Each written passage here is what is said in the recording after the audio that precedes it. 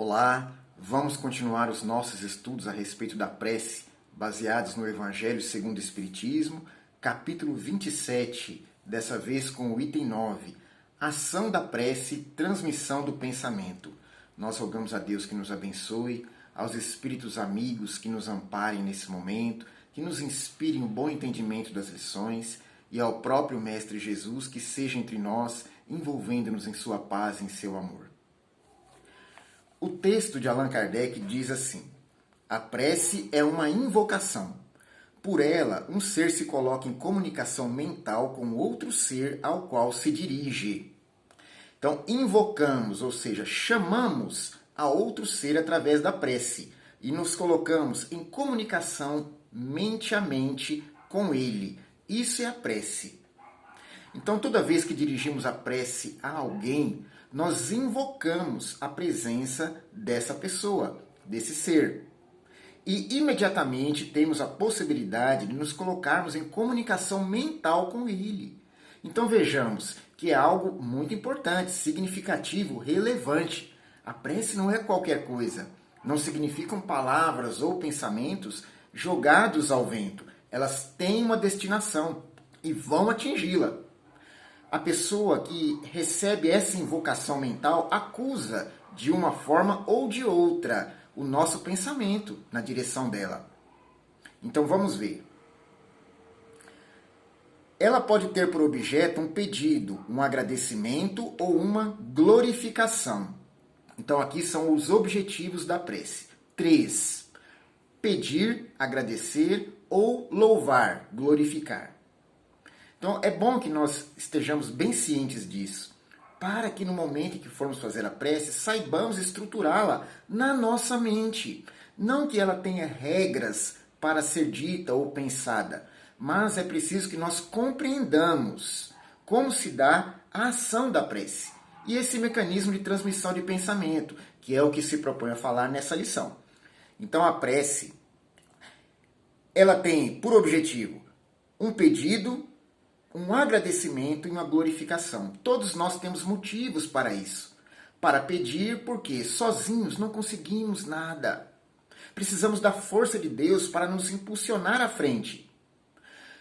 Iludido é aquele que pensa e age como se fosse órfão da providência divina. Como se pudesse caminhar independentemente da vontade de Deus. Apenas com as próprias pernas, traçando o rumo de sua vida pela sua vontade. Por quê? Porque nós estamos imersos na grande obra do Pai. Tudo que temos à nossa volta é feito por Ele e é preparado para que nós desfrutemos o ambiente reencarnatório onde renascemos, os recursos que possuímos, que utilizamos aqui, são nos dados ou emprestados por Deus para que tiremos bom proveito. A nossa vida foi programada para que, enquanto espíritos, tenhamos sucesso. Né? Sucesso de ponto de vista do ser imortal. Ou seja, evoluamos em entendimento e em sentimento, principalmente, para que nos tornemos mais felizes. E que não precisemos, no futuro, repetir dolorosas experiências que tanto nos desafiam aqui no mundo. Então é preciso considerarmos que não há como fugir à paternidade divina. Dessa maneira, o pedido é sempre bem-vindo e necessário.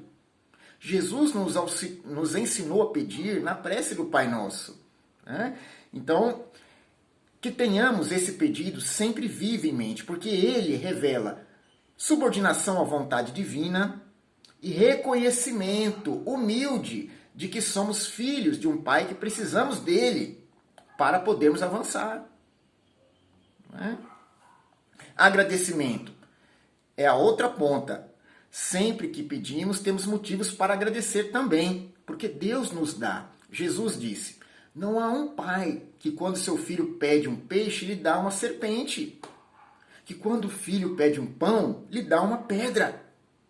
Quanto mais Deus. Então, sempre que nós pedirmos, seremos atendidos, na medida da nossa necessidade. Nem sempre da nossa vontade, porque a vontade pode estar aliada à ilusão, à fantasia, mas a necessidade real que nós temos Deus conhece, e essa Ele sempre vai suprir. Basta que nos voltemos de olhos súplices a Ele e peçamos com humildade. Então vamos sentir o influxo divino a nos levantar, nos sustentar nas lutas da vida. Portanto, há motivos de sobra para agradecer, porque podemos ter certeza que, por mais que a ajuda não seja por nós percebida da maneira que nós pensávamos, ela existe. Então, sempre agradecer a Deus por tudo que temos, por tudo que somos. E glorificação, que é o louvor. Então, louvar a Deus também foi ensinado por Jesus no Pai Nosso. Nós futuramente estudaremos nesse estudo o Pai Nosso, detalhadamente, conforme está no Evangelho segundo o Espiritismo. Mas Jesus nos ensina a pedir, louvar e agradecer de maneira simples.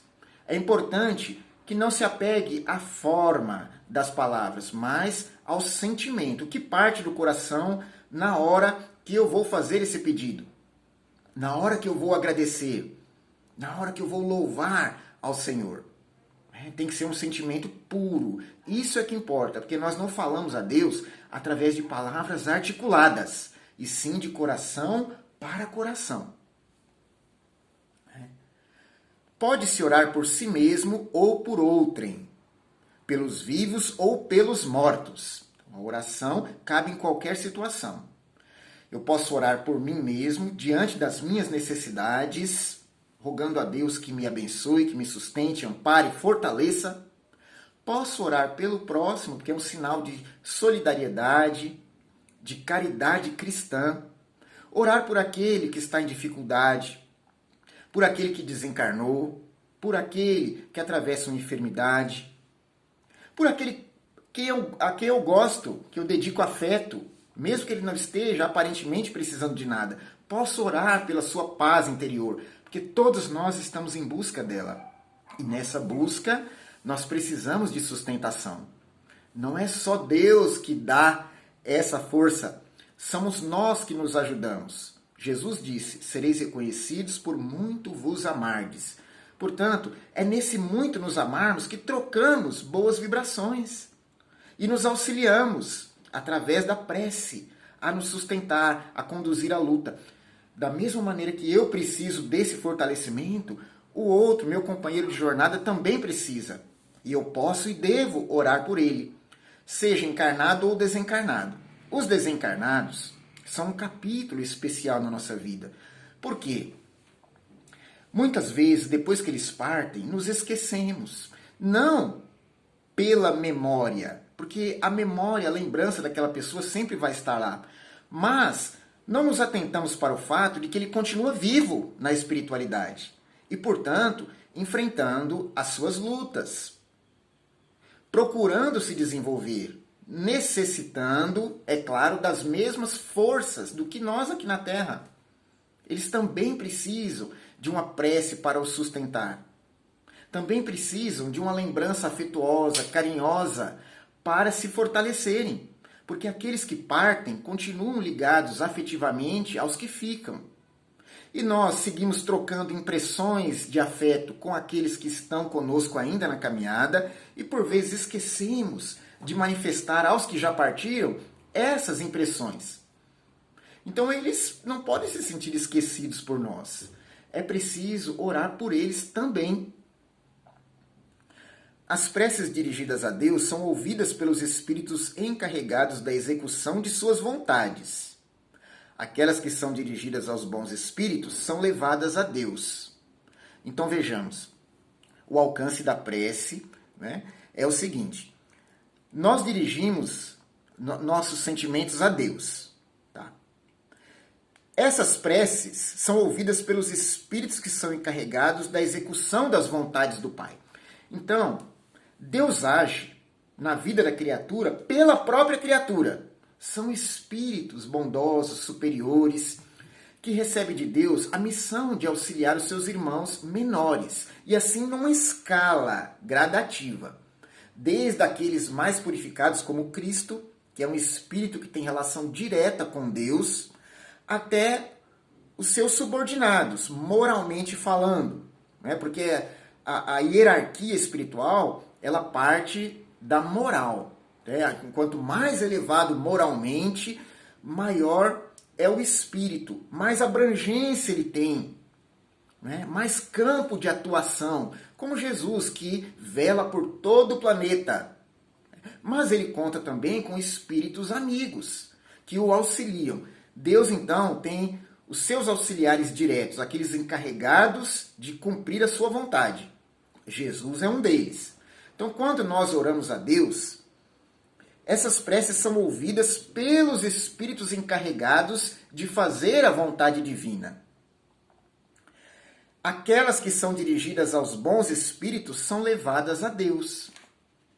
Então, quando nós oramos aos bons espíritos, a Jesus, aos outros emissários divinos que nós sabemos velarem por nós, essas preces são levadas a Deus. Por quê? Deus escuta toda prece que é feita em benefício de alguém. E isso conta para a evolução dessa pessoa. É sinal que a pessoa é querida, amada. Quando alguém olha por nós e diz muito obrigado, Deus lhe abençoe, essa é uma prece que a pessoa faz. E isso é ouvido por Deus. Conta em nosso favor. Significa que nós conseguimos tocar a pessoa de uma certa forma, dentro da nossa capacidade, com amor. Porque a pessoa elevou a Deus uma prece e disse, olha, o Senhor te abençoe. Isso é maravilhoso. Aquele que é alvo da bênção da palavra alheia é também alvo da bênção divina. Porque Deus realmente escuta e abençoa. Porque é sinal que houve entre os irmãos harmonização, sentimentos nobres, envolveram aquela relação. E é isso que Deus quer, que nós nos amemos uns aos outros. Então, imagine só, quando alguém diz o contrário, Deus me livre. Então, que sejamos aqueles que façam por onde receber apenas bênçãos dos lábios alheios. Porque isso chega até Deus e ele fica contente. Então, quando nós oramos aos bons espíritos, essas preces são levadas a Deus. Quando se ora a outros seres, senão a Deus, é apenas na qualidade de intermediários, intercessores, porque nada se pode fazer sem a vontade de Deus. Então, quando oramos para qualquer outro ser, há pessoas muito devotas que têm os seus espíritos protetores, chamados guias, seus mentores, porque consideram esses espíritos mais próximos de si. Não há problema nenhum eu orar para São Vicente de Paulo, São Luís, Paulo Apóstolo, Bezerra de Menezes, qualquer espírito que me inspire confiança, em quem eu tenha muita admiração. Agora, essas preces que nós fazemos por eles, elas também são levadas a Deus.